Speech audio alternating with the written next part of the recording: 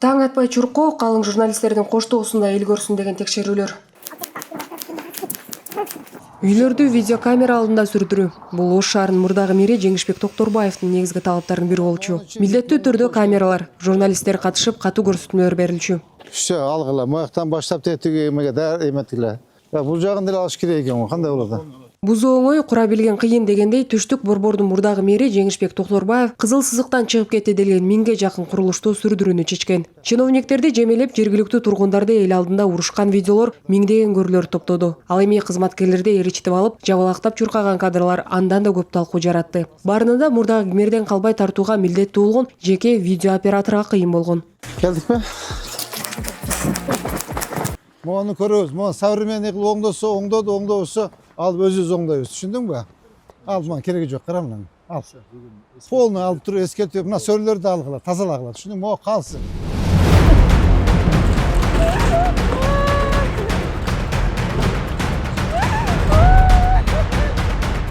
Бирок бул кадрлар коомчулукка жарыяланган эмес. Мурдагы маалыматтык жактан камсыздаган кызматкерлер бул видеону атайлап чыгарбай коюшкан. Анткени анда Жеңишбек Токторбаев Наваи паркындагы жергиликтүү көрнөк жайлардын биринде оройлук менен кол көтөргөн учур түшүрүлгөн. 2 кабаттуу боз үй сүрдүрүлгөн.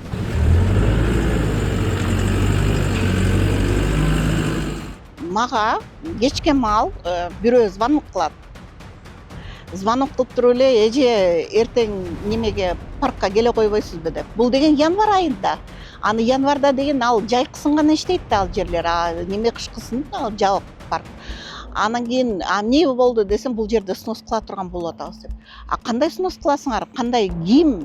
Мындай кагазыңар барбы, же бирдеме немеңер барбы десем, аны биз билбейбиз, аны деген мэрдин өзүнө киресиңер деди.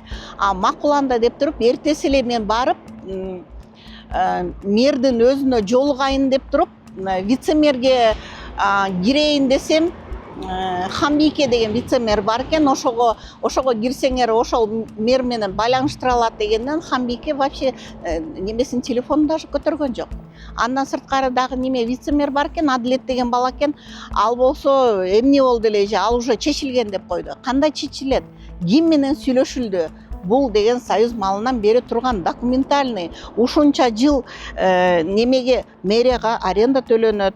Анын апасы Ырыспы Асматова өмүрүн сүйгөн ишине арнаган. Ал совет мезгилинен тартып кыргыз үйү деп аталган боз үйдү ачып, туристтерге улуттук суусундуктарды сунуштап келген. Аймакты өз күчү менен көрктөндүрүп, мэрияга салыкты үзгүлтүк түстөлүп турган. Бирок кийин бул айбек да сүрдүрүүгө туш болгон. Бирдемени бузуш керек дегенде деле, снос дегенде деле кандайдыр бир кичинекей баракта деле кандайдыр бир багы сөз жазылыш керек да, туурабы? Ооз менен эле чыгып туруп эле мону деген бузгула, бузбагыла деген биз укканыбыз жок аны. Мэриядан келген кишилер болсо ошол 20 январда бизге звонок этти. Мен 21 күттүм. Немени 20 январь базар күн болчу, 21 22 мен мэрди издеп жүрсөм, балдар уже снос кылганга базардын ичинде, мен мэрияда отурсам, мэрди күтүп. Кандай мындай мага түшүнүк бергилечи, эмне үчүн снос кылайын деп атасыңар? Бул деген кыргыздын үйү. Бул деген документибиз канча жылдан бери бул турган, элге кызмат кылган жер.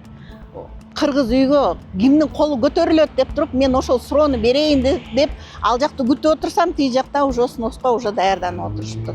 Жүгүрүп түшсөк, ал жерден уже талкалап башташты. Эч нерсе айтпай дебей, эч кимдин баягы без суда и следствия деген сөз болуп калды да бул жердечи. Ош шаарында туризмди өнүктүрүүгө өмүрүн арнаган ата-энеси алардын боз үйү сүрдүрүлгөн күндү көрбөй кетишкен. Азыр кызы президентке кайрылып, бул чечимди мыйзамсыз деп эсептеп, сот аркылуу адилетти издөөгө ниеттенүүдө. Урматтуу Садыр Нуркожоевич, мен Апсаматова Эльмира Амантаевна, Апсаматов Амантай, Апсаматова Ырыспөнүн кызы, улуу кызы. Сизге биз менин кайрылуумдун себеби эч кандай чечими жок, бузуп салды. Ошону ушуга көңүл буруп, биздин кыргыздын символу болгон биздин тууда үйдүн, кыргыз үйдүн түндүгү турат. Бизде деген кыргыз, кайсы кыргыз колун көтөрүп кыргыз үйдү бузганы, биз ошону такыр түшүнбөй калдык. Бизге көңүл буруп койсоңуз, биздин көйгөйүбүздү ушул чечип берсеңиз, кандай чечимге келсек, биздин оюбуз кыргыз элине дагы да мындан ары да кызмат кылып, дагы да өркүндөтүп, мындан ары да биздин Кыргызстаныбыздын өркүндөгөнүнө болгон салымыбызды дагы деле кошо беребиз деген үмүттө жашап келгенбиз. Ушул үмүтүбүздү өчүрбөңүз сизден сураныч.